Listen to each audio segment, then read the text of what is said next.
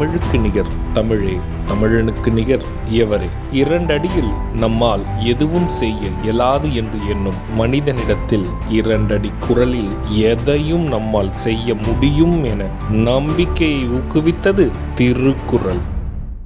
வணக்கம் குழந்தைகளே. வணக்கம் பகலவன் ஐயா. இன்னைக்கான குறளை நம்ம பார்ப்போமா? ஓ, பார்க்கலாமே. சரி, பாடத்துக்குள்ள போலாம். இன்னைக்கான குறள் அதிகாரம் 43, அறிவுடைமை. குறள் எண் 428. அஞ்சுவது அஞ்சாமை வேதைமை, அஞ்சுவது அஞ்சல் அறிவார் தொழில்.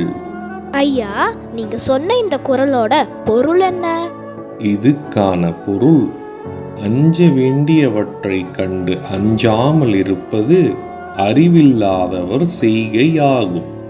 அஞ்சி நடுங்க வேண்டியவற்றுக்கு அஞ்சி அவற்றை வெறுப்பதே அறிவுள்ளோர் செயலாகும். இதுக்கு ஒரு உதாரணம் சொல்லுங்களேன். இதுக்கான உதாரணம், கல்வி அறிவு உள்ளவர்கள் என்றுமே தவறான காரியங்கள் செய்ய அஞ்சுவர். கல்வி அறிவு இல்லாதவர்கள் அஞ்ச மாட்டார்கள்.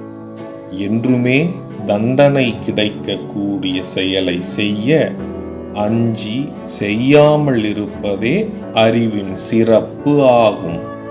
நான் சொன்னது உங்களுக்கு புரிஞ்சுதா தீரன், இலக்கியா? நல்லா புரிஞ்சுது ஐயா. இனி இந்த குறள் எங்களுக்கு மறக்கவே மறக்காது. சரி பசங்களா, நாளைக்கும் இதே மாதிரி சுவாரஸ்யமான குறளை பார்ப்போம். நீங்க வீட்டுக்கு போன உடனே என்ன பண்ணணும்? இன்னைக்கு நாங்க படிச்ச குறளை அப்பா அம்மா கிட்ட சொல்லி காட்டுவோம்.